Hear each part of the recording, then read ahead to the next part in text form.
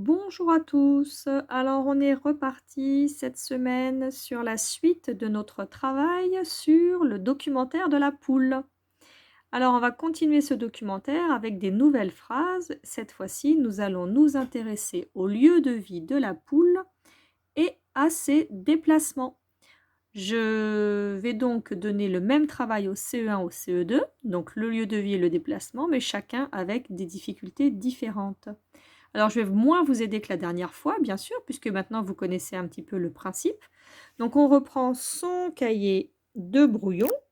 On écrit proprement le titre «La poule» et puis le titre «Son lieu de vie», puis le titre «Ses déplacements» et on laisse de la place entre les deux pour pouvoir écrire. Alors, soit on n'écrit pas tout de suite «Ses déplacements», on laisse de la place, soit on laisse suffisamment de place pour pouvoir faire des phrases, surtout les CE2 qui vont faire plus de phrases que les CE1.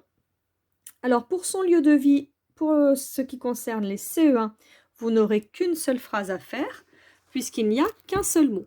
Donc il faudra faire une phrase dans laquelle il y aura le mot poulailler. Je ne vous dis pas laquelle parce que c'est relativement facile de faire une belle phrase avec le mot poulailler dedans.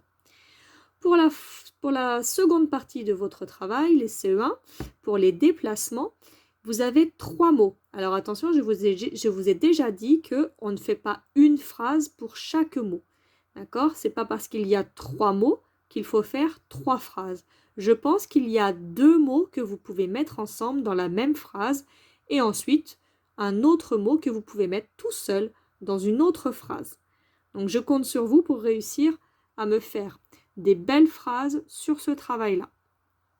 N'oubliez pas de chercher dans un dictionnaire ou dans un livre les mots que vous avez envie d'écrire et que vous ne savez pas écrire par cœur, d'accord? Et ne demandez surtout pas à vos parents de vous aider à écrire les mots. Vous devez les chercher tout seul, avec les sons que vous connaissez et avec l'aide des livres qui vous entourent et du dictionnaire. Pour les CE2, même chose.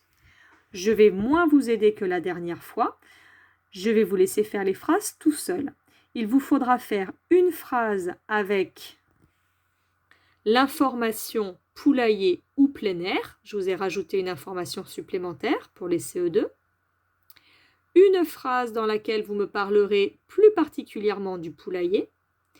Et une troisième phrase dans laquelle vous parlerez plus particulièrement du plein air.